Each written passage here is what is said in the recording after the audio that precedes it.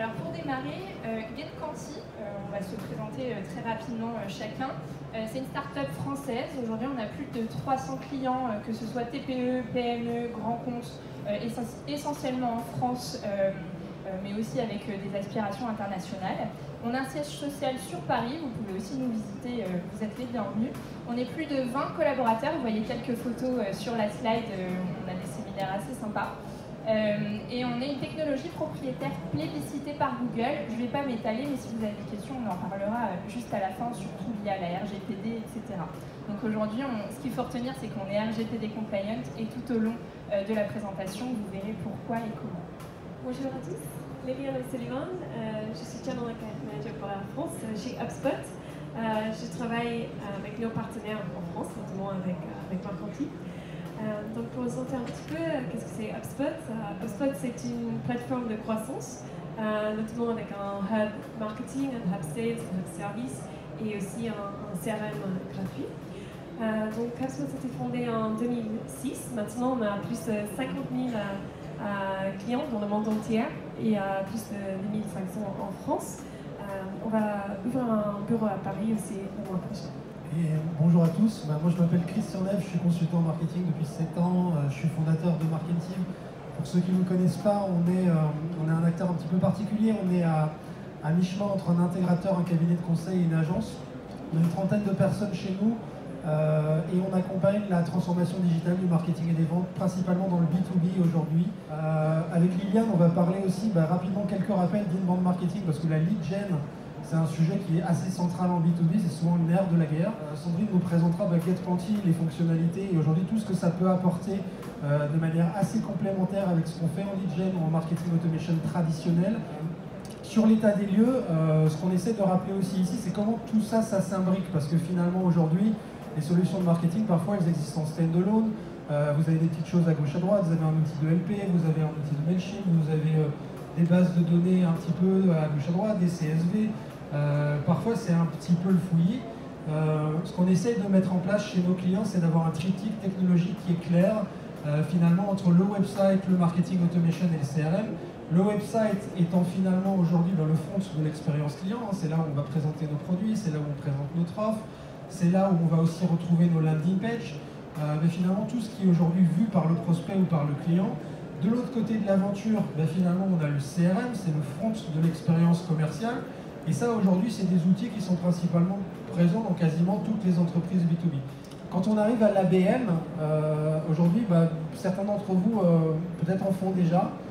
Ça veut dire quoi? Ça veut dire finalement, c'est une stratégie B2B qui vise à aligner des efforts marketing et des efforts commerciaux sur des comptes ciblés qu'on a, nous, jugés comme étant à forte valeur.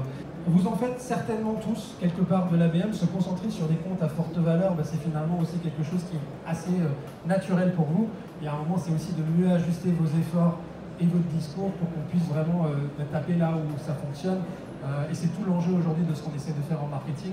Et c'est difficile parce que finalement, on a un peu tout et n'importe quoi qui visite notre site. On a plein de gens dans nos bases de données, des clients, des non-clients, des concurrents, des partenaires, des vieux, des nouveaux. Etc. Et comment on s'en sort? C'est un moment aussi avec des outils qui permettent de gérer toute cette complexité-là. Donc qu'est-ce que c'est l'inbound? Vraiment, c'est le fait, au lieu d'interrompre nos prospects, nos clients, c'est vraiment de les attirer vers nous. Et comment on fait ça? C'est vraiment grâce à un contenu vraiment pertinent, vraiment utile. Donc c'est vraiment de créer vraiment cette interaction et ce contenu vraiment utile, pertinent et non disruptif. Donc c'est vraiment important de prendre en compte que nos clients, nos prospects aujourd'hui, ils veulent vraiment ne plus être interrompus. On doit vraiment les attirer vers nous et interagir avec eux d'une manière beaucoup plus humaine, être beaucoup plus pertinent, les informer et vraiment surtout ajouter de la valeur. Donc tout ce qu'ils cherchent, qu'on fait la recherche, c'est vraiment un contenu beaucoup plus personnalisé, mais aussi qui peuvent rester beaucoup plus autonomes aussi dans leur recherche d'information. Donc un petit rappel de HubSpot.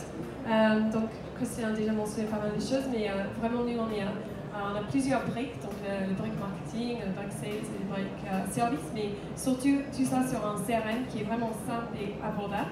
On a même notre CRM qui est gratuit. Mais maintenant aussi, on a vraiment, bien sûr, on est vraiment connu pour cette partie de lead generation, donc vraiment avec l'inbound, avec le marketing automation. Ce que ça permet vraiment de faire, c'est de réengager notre pipeline, donc tous nos prospects qui sont dans notre base de données, dans notre CRM. On va continuer à les nourrir, les nurturer et surtout engager avec eux de la manière qu'ils souhaitent être contactés. Une autre chose à mentionner, c'est vraiment le fait qu'on peut intégrer très facilement avec les autres écosystèmes. On a beaucoup de nos clients qui utilisent également aussi Salesforce, via Zapier, mais aussi bien sûr avec GetQuanti, qu'on va parler en plus de détails par la suite. Ouais, la lead gen, HubSpot et tout, c'est super, hein. Ça fait 5 ans qu'on en fait. On a vu pas mal de choses et c'était un peu les débuts aussi du contenu, les débuts du livre blanc. Et alors il y a eu beaucoup d'engouement et dès qu'on faisait un livre blanc, il était téléchargé, il marchait vachement bien. Je pense que maintenant, c'est vrai qu'on a les gens commencent à avoir compris l'arnaque. Je télécharge un livre blanc et ensuite je rentre dans un truc où on m'envoie des mails, etc. Donc c'est un peu plus compliqué. Et aussi bon que vous soyez finalement, aller au-delà de 95, 80, aller au-delà de 5, 6, 7% de taux de conversion entre vos visiteurs et vos leads, ça devient très très compliqué. Et finalement, on se retrouve dans une situation où toutes les actions marketing qu'on met en place, le paid, le SEO, notre site, tous, on s'agite beaucoup autour de ce sujet-là. On a 95% finalement de la valeur qu'on génère en traffic management. Aujourd'hui, elle est perdue parce que c'est des gens qui convertissent pas. Et donc HubSpot aujourd'hui, c'est vachement bien, mais ça doit aussi s'intégrer dans une stratégie globale qui nous permet d'aller un peu plus que la conversion qu'on va avoir sur nos landing pages, d'aller parler à ces 95% et d'être capable de nous placer dans un système où on est aussi plus productif et plus efficace. Parce que notre livre blanc ou notre page démo, etc., qu'elle soit finalement lue par 10 personnes ou qu'elle soit lue par 1000 personnes, c'est finalement le même effort. Donc à un moment, c'est aussi ça, la productivité, c'est d'être capable d'aller détecter ces 95% pour être le plus efficace possible.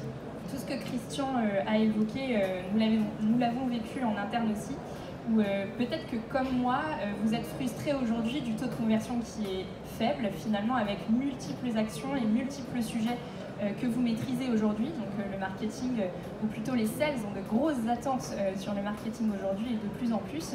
Donc on se demande à chaque fois, tous les matins, comment convertir plus, mais finalement, comment identifier déjà naturellement ceux qui vous visitent sur votre site internet. Donc c'est pour ça que GetQuanti a été créé. Et aujourd'hui, on est fiers de dire qu'on est les leaders sur ce marché-là. C'est le marché de l'IP tracking, si on parle d'un sujet un peu technique. IP tracking, ça veut dire quoi? C'est que tout simplement, on peut poser votre script, ou plutôt notre script sur votre site internet pour pouvoir identifier toutes les entreprises. Et ça, on peut le faire via l'IP qu'on match avec le SIREN grâce à notre base de données propriétaire. Et on va vous livrer toutes les entreprises qui vous visitent en temps réel sur votre site internet. Vous l'avez compris, finalement, vous allez multiplier votre stock de leads en volume par 10, par 20, par 30, parfois plus. Parfois, nos clients multiplient par 60 en volume. Et surtout, on va vous délivrer les entreprises, mais on ne s'arrête pas là. C'est qu'on va essayer de, le plus possible, capter qui a visité votre site internet, puisqu'une fois qu'on a généré des leads intéressants pour vos commerciaux en volume, ils vont vous dire « super, mais maintenant je sais que c'est Total qui me visite, comment je vais réussir à capter la bonne personne qui s'intéresse à moi ?» C'est pour ça qu'on couple aussi GetQuanti avec vos outils actuels de marketing automation et d'emailing basiquement, en identifiant du coup avec un tracking simple qu'on vous met à disposition l'identité du visiteur. Alors Total, RGPD et CNIL aussi, on y reviendra, hein, sinon on ne serait pas là aujourd'hui. Et avec une base de données justement avec des partenaires sur lesquels on travaille, on a presque 5 millions de contacts en base pour aller vous délivrer ces informations-là. Et c'est pour ça qu'on a mis en place un scoring où vous avez en fait une indication de chaleur par rapport à d'autres. Donc autrement dit, on va vous dire parmi votre trafic, via l'analyse du comportement qu'on a réalisé, quels sont les 25% de votre trafic qui sont les plus chauds, qui vont avoir un scoring rouge, les 25% qui vont être un peu moins chauds avec un scoring orange-jaune, et même principe, 25% un peu plus froid, et les violets, c'est les 25% restants qui, eux, sont froids et qui commencent tout juste à s'intéresser à vous et qui sont plutôt en maturité, disons, d'éducation. Et les rouges seraient plutôt en décision. comment ça se présente en fait cette solution finalement? On a fait une petite capture pour vous montrer en fait, on a toutes les entreprises qui sont listées sur cette plateforme-là, sur laquelle vous pouvez vous connecter avec un login mot de passe classique. On peut indiquer donc toutes les informations de firmographie, la taille de l'entreprise, le secteur d'activité. Est-ce que c'est un client déjà existant dans votre base de données? Est-ce que c'est un réel prospect, pour que vous puissiez identifier la capacité que vous avez de nouveaux leads, mais aussi de potentiels upsell que vous pouvez faire sur les clients. Parce qu'il est possible, via un outil de data visualisation, de coupler toutes ces statistiques-là et ces informations-là via Google Data Studio. C'est là-dessus qu'on a couplé et nos infos et d'autres infos que vous pourriez avoir par ailleurs.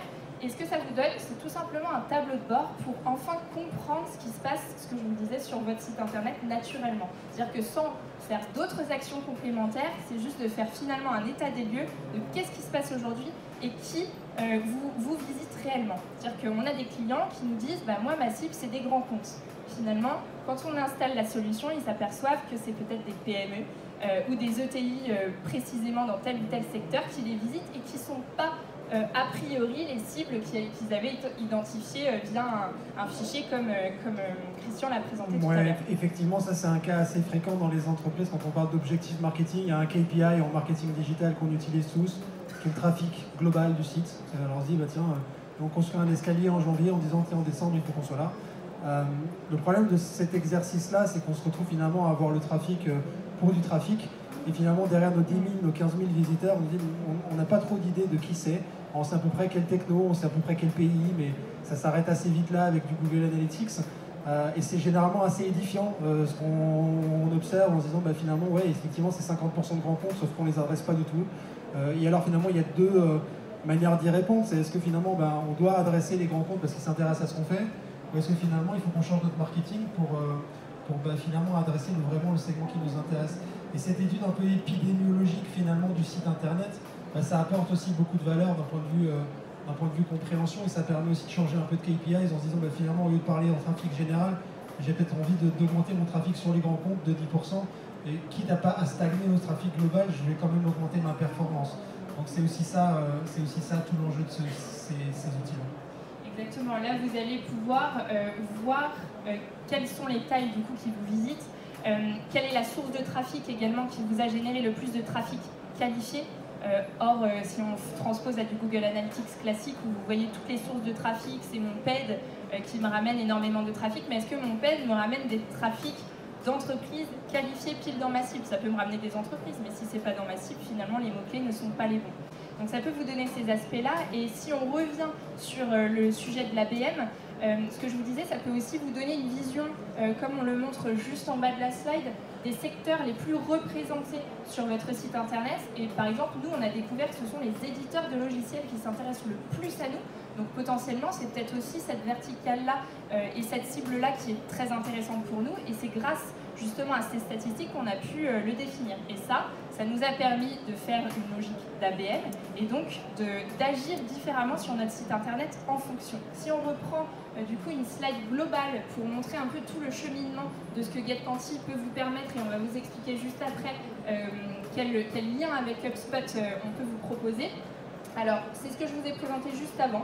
Ça vous permet sur la partie violette tout à gauche de la slide de comprendre ce qui se passe à travers toutes vos sources de trafic. À partir de là, grâce à notre scoring comportemental et les personas qu'on va pouvoir créer au sein de la plateforme automatiquement, vous allez pouvoir créer vos cibles et finalement, de ces cibles-là, déclencher des actions. Des actions qui peuvent être diverses. Ça peut être de l'emailing, du retargeting d'email, du marketing automation sur vos outils actuels, mais aussi du chat, de la personnalisation de site, etc. Ensuite, vous allez pouvoir mesurer avec les outils que je vous ai présentés tout à l'heure et de pouvoir toujours arbitrer ce qui fonctionne le mieux et finalement faire les bons choix. Qu'est-ce que HubSpot et GetQuanti? Aujourd'hui, certains ont déjà HubSpot, certains ont déjà GetQuanti, ils aimeraient connecter les deux. Alors aujourd'hui, on est fiers de pouvoir vous dire que le connecteur existe depuis ce mois-ci. Et certains réfléchissent aussi à quel CRM emprunter, quel outil de marketing automation choisir. On ne saurait que vous recommander HubSpot, puisqu'aujourd'hui, On l'utilise en interne, on a déjà quelques clients qui depuis le début du mois utilisent ce connecteur que je vais vous présenter, et c'est vrai qu'on a l'impression que c'est le meilleur des deux mondes entre la lead gen, le market auto et le CRM. On va essayer de voir pourquoi, et surtout n'hésitez pas à la fin de réserver vos questions pour pouvoir nous challenger là-dessus.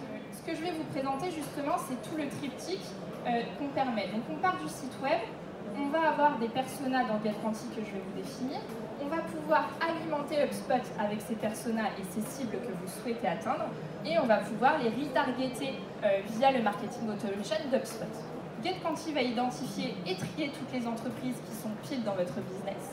On va générer des personas avec des tas de critères firmographiques, secteurs d'activité, mais aussi comportementaux potentiellement.